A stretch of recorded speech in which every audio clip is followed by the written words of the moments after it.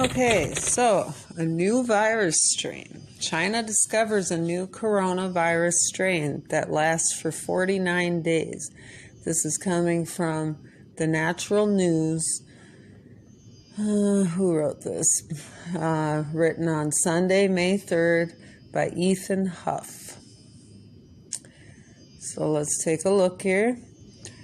Now, I just to start off with, I remember at the beginning of this virus, they had said that they suspected it could last up to over 40 days. They had one case that had lasted, and then they had other people who had supposedly recovered and then showed back up to still have it. So I'm kind of wondering if this strain was already there to begin with. But I'll read through this article real quick here. So, Natural News, there is yet another strain of the Wuhan coronavirus known as COVID-19 that's been identified, this time in a middle-aged Chinese man who suffered from it for a whopping 49 days. While normal coronavirus lasts for a much shorter period of time, this one stuck around for a whole lot longer, resulting in the man having to be treated with a plasma transfusion. In other words, they took antibodies with from somebody's plasma and put it into him, which I think is a genius idea, and I don't know why we don't just do that instead of vaccines. While most infected patients end up surviving a Wuhan coronavirus COVID-19 infection and testing negative about 20 days after testing positive, this guy had it for more than twice that long.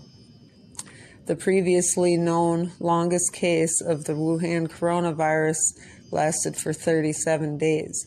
Even so, this particular patient is said to have had only mild symptoms, and the lesions that appeared in his lungs early on disappeared not long after he was taken to the hospital. The vast majority of Wuhan coronavirus cases fall into the acute category, but this one was dubbed chronic, suggesting that the virus probably mutated to become longer in duration. I've also heard that they suspect that it adapts and it gets stronger according to your individual vulnerabilities, I think is how it affects you. Researchers from the Army Medical University in Chongqing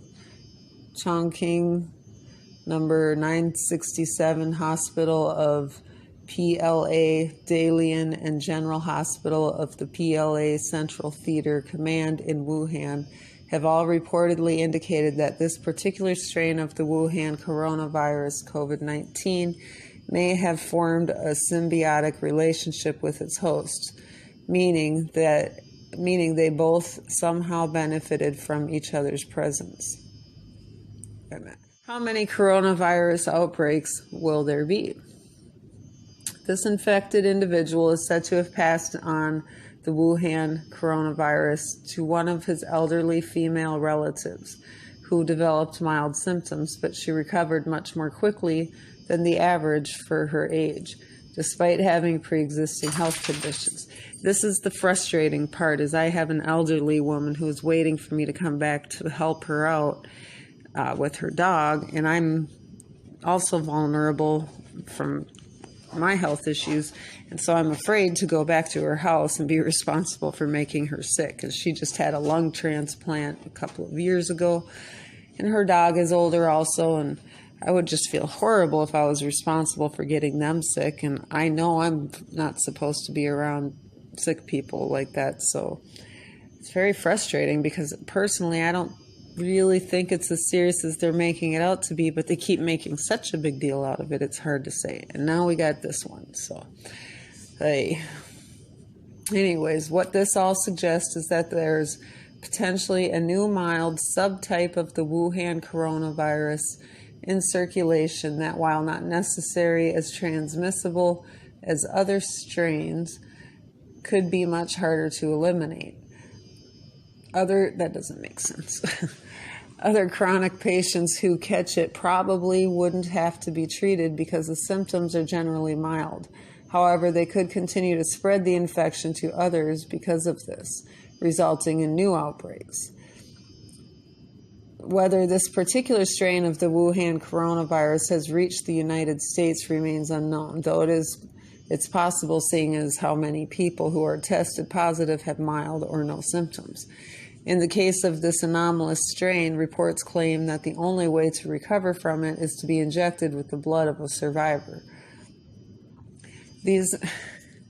Hold on here, they're just talking about things that just happen naturally when you have viruses and bacteria and people from different countries and locations mixing and mashing together. New subtypes, stronger strains naturally develop, but that happens all the time. This isn't unusual. Yes, it sucks, but we have always dealt with it just fine without putting our lives on hold over it. So I think they're just trying to give us another get back into your house, because we're trying to turn the economy back on. And if you haven't figured it out, these are being used as bioweapons to control us. And I think part of it is just either they failed miserably at creating a bioweapon and it's coming out to be fairly weak, or they didn't create one and they're just using normal viruses and things to scare us. You also have the giant Asian hornet that just was spotted in Washington back in December, and they're just now announcing it, and they're saying it's murderous and it's deadly. Well, it kills an average of around 50 people a year in Japan, which isn't very much. And it's been seen in different countries around the world, and it hasn't had enough of an impact for us to hear much about it. And other people that live in the country and on farms are saying there is another hornet that looks just like the giant Asian hornet, and it's like the biggest one in the U.S., and they think that people are mistaking the giant Asian one, or the United States one, for the giant Asian one. So I think they're just trying to scare us from going outside. They're probably trying to scare us from planting crops and gardens. And the reason for that is because China is trying to take over the genetically modified seed program that Monsanto started. And I don't care who takes that over, it's destroying our crops, our food, and they're doing it on purpose. They want to be in control of our seeds and our food, and I know it sounds crazy, but it's true. You control the seeds, you control the food. You control the food, you control the world. So this is very bad for everyone. Don't let them scare you into your houses, but be aware and take these warnings seriously. At least they're telling us, instead of keeping it total, just not saying anything. But I wouldn't worry any more than you ever have in the past. Sanitary practices, lots of sunshine, and check your garden for pests. I don't know, just cleanliness, basic, common sense. Okay, anyways, I'll go on to finish this article. In the case of this anomalous strain, reports claim that the only way to recover from it is to be injected with the blood of a survivor, which means antibodies. That is actually what vaccines do, is they trigger antibodies. So instead of getting an antibody from the vaccines, you would be getting it directly from another person, which I don't see anything wrong with that. The vaccine itself can be worse than the illness, the side effects. So if you can get antibodies from somebody else's blood, I would think that's a good thing. But then, is there other things in other people's blood that could make you sick? I don't know. Anyways, these same reports claim that the patient tested positive for the Wuhan COVID-19 on days 17, 22, 26, 30, 34, 39, 43, and 49. Though he supposedly tested negative on day 47, which may have been a fluke, according to Tech Times. And that's another thing. There's been a lot of false positive testing going on, a lot of contaminated tests. So we don't know. Are they contaminating it and just making people sicker and sicker and trying to make it stronger? Who knows? It's biowarfare, so people play dirty games. I don't know why anybody's so sick in the head, though. If the bulk of these tests was accurate, then the patient was probably shedding the virus during the entire duration of the 49 days. And according to Chinese researchers, the longer the virus sheds, the more severe it becomes, meaning an onslaught of new infected patients is likely soon on the way, not to mention multiple strains of an already unusual and largely unknown virus. And they're saying multiple strains because it seems like it's forming many subtypes. In other words, it's adapting as it moves along. It's also weakening, according to tests here in the United States. And of course, we believe everything China tells us because of their impeccable record of transparency, openness, and dissemination of rock-solid, accurate information. Okay, they're joking, joked one commentator at the Mirror sarcastically. If people on average have the virus for 20 days, then why are people with symptoms being told to self-isolate for only 7 days? Yeah, and I heard it was 14 days. I was wondering why some people were only doing it for 7 days. So anyways, to keep up with the latest news on the Wuhan virus, you can check out Pandemic News. And the sources for this article are the Mirror.com UK, TechTimes.com, and NaturalNews.com. So, and then the current deaths, let's see if I can figure that out real quick here. Well, I'll take a look and update that on my next video here. So everyone, just be aware, just like a cold and a flu, we don't really know what to expect out of this virus. They probably do. Pray to God that whoever is responsible for this doesn't actually want to wipe out the entire population.